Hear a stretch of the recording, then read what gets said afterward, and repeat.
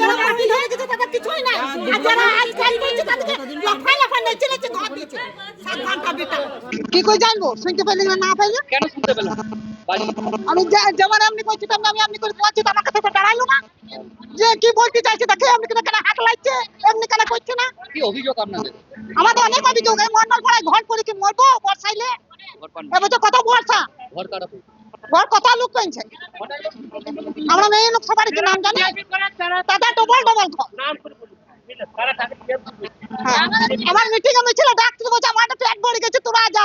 এই আমরা ভালোবাসি বলে যাচ্ছি, আমাদের পেট ভরে না, আমরা বিটির বিয়ে দিচ্ছি ভিক্ষা করে, তোরা কন্যাশ্রী রূপশ্রী। আপনাদের কথা কি শুনলো প্রার্থী? না ও শুনলো না, এমনি এমনি শুনলো। বেরিয়ে চলে গেল। হ্যাঁ, আমরা কোনো এখানে দায় করা পুরো হলো সব সরি পড়ে আমরা মেয়েরা দেখছি, কেউ শুনলো না চাপলিও না। একবারে তো মানুষ সবসময় পাবে না। আমি জিজ্ঞেস করলাম, ওনার স্বাস্থ্য আছে, ওনার ভাতা আছে, অনেকজন তো মিথ্যা কথা বলছে। পরে আমার যে নেতৃত্ব আছে এখানে স্থানীয় স্তরে তাকে বলেছি ব্যাপারটা দেখে নিন। আপনি কি অভিযোগ শুনলেন?